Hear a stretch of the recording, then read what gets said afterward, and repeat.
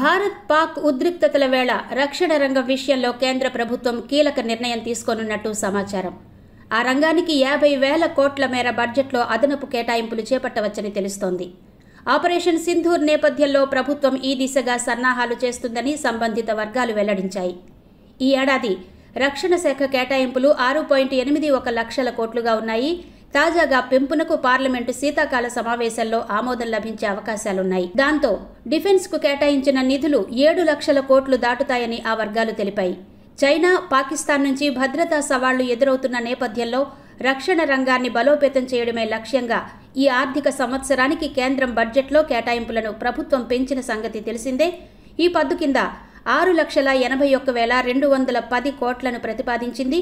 2024-25 budget కేటాయింపులతో పోలిస్తే ఇది 9.53% అధికం.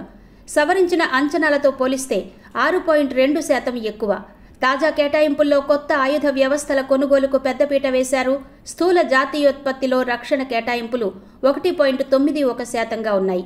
50,000 కోట్ల అనుబంధ బడ్జెట్లో నిధులను పరిశోధన, ఆయుధాలు, అవసరమైన పరికరాల కొనుగోలుకు ఉపయోగించే అవకాశాలున్నాయి.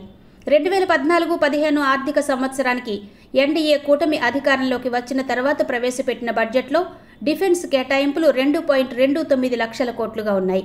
మొత్తం వార్షిక పద్దులో 13% రక్షణకే కేటాయించారు.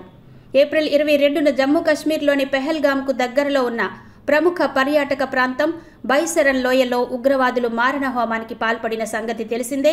సైనిక దుస్తుల్లో వచ్చిన వారు పర్యాటకులను అతి సమీపం నుంచి కాల్చి చంపారు. ఈ ఘటనలో 26 మంది ప్రాణాలు కోల్పోయారు. దానికి ప్రతిగా పీఓకే పాక్లోని ఉగ్ర స్థావరాలను ఆపరేషన్ సింధూర్ పేరిట భారత్ ధ్వంసం చేసింది.